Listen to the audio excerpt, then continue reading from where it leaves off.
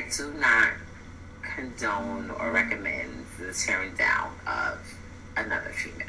That's not what I do. Sure. Anybody that knows me knows that I embrace females. I always want to do like some girl-oriented thing. I think we work so much better when we work together. Yes. And when we help each other.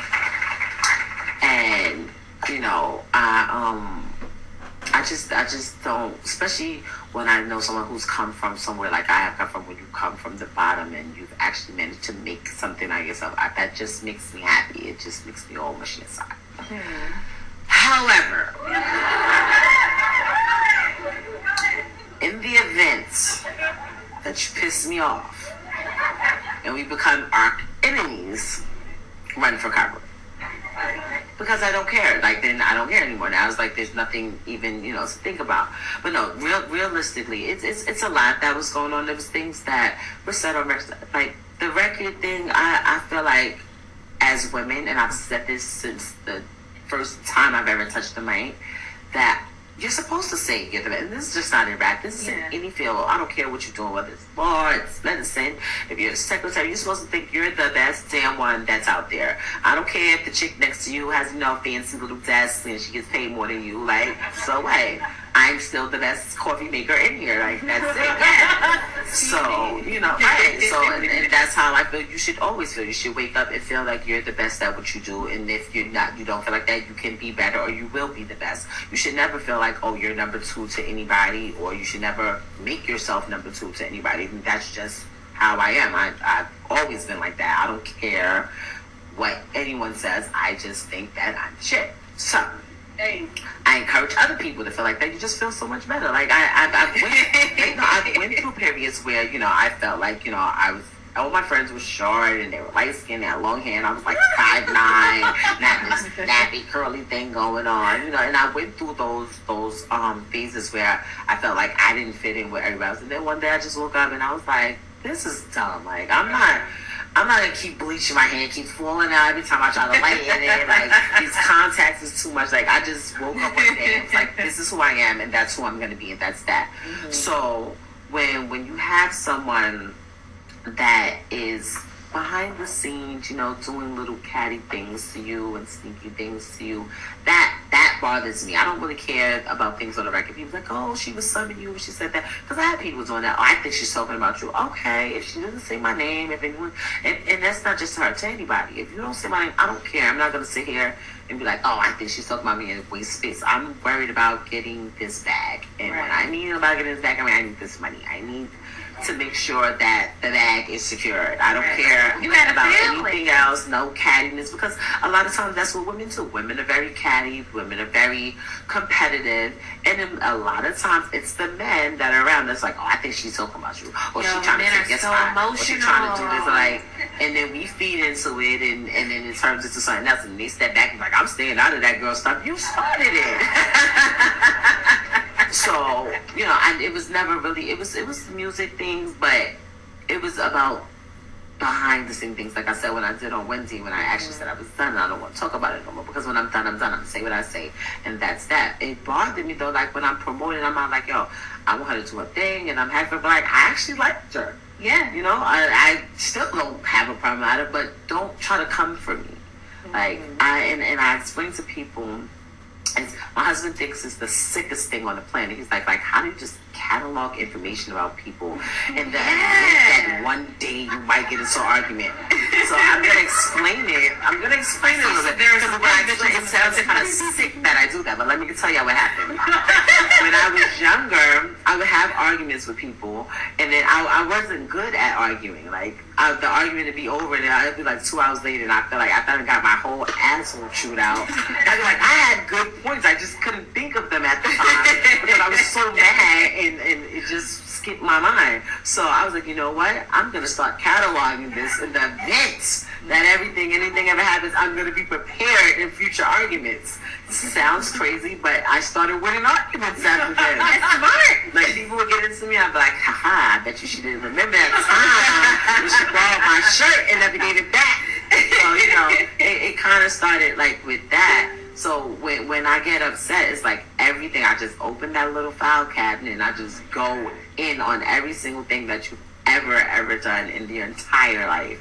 And, you know, you can do it back to me, but that's why I live a certain way, and I live trying to be me. So this way, my file cabinet that you have for me can only be but so big because I don't really do much. Right. You know, I'm always the same way. I treat everyone the exact same. Most people either really, really love me, or most people really hate my guts. I don't really have people that just like me. There's no gray area with me. You hate me or you love me.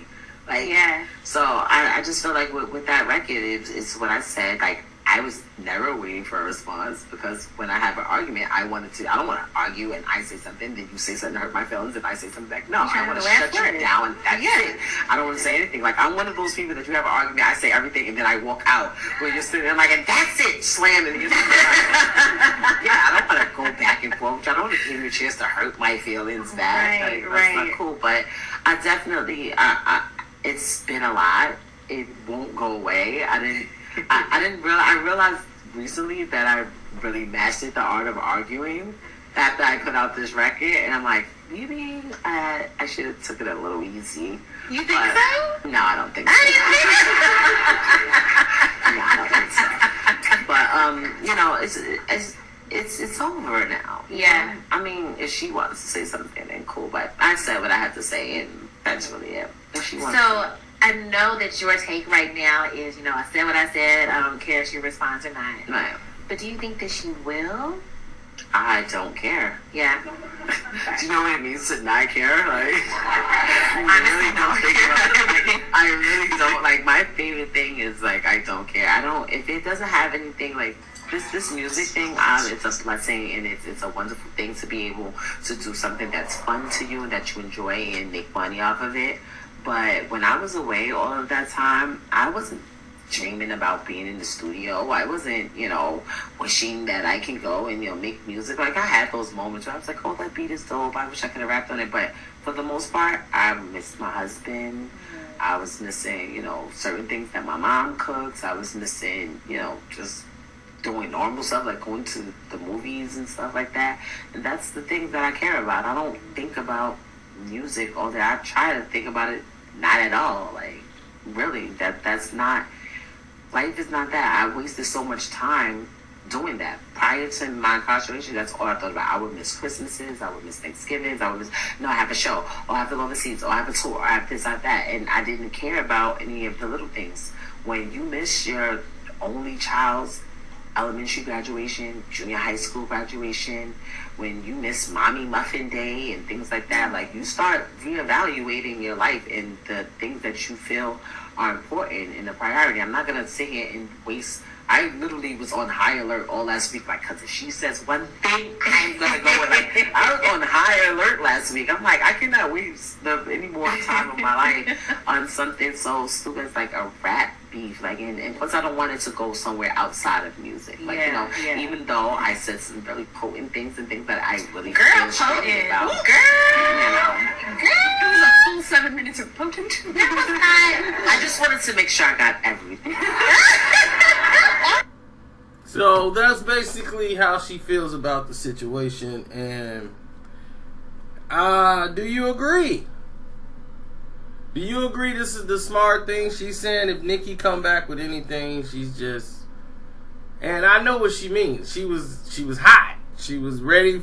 Anything come her way, she was going to launch. But after that second diss record, and they didn't get the kind of response they thought they were going to get from it when they dropped another one, then they were like, okay, look, that's it. No more diss records right now. She's going to have to put something out because you're going to just continuously destroy what you done built already with Sheetha. You know, so just don't even worry about another one. Just forget that was even done. So she's walking away from it, you know, like, because she knows nothing's coming back. And if it does, would it even compare to Sheetha? No. So, smart thing, you know, just say, hey, you know, it's more things to focus on in life than just going back and forth with Nicki Minaj, which ain't gonna happen.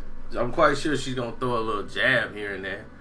They gonna jab each other from here on out, you know, but we all know, she's just no match for Remy.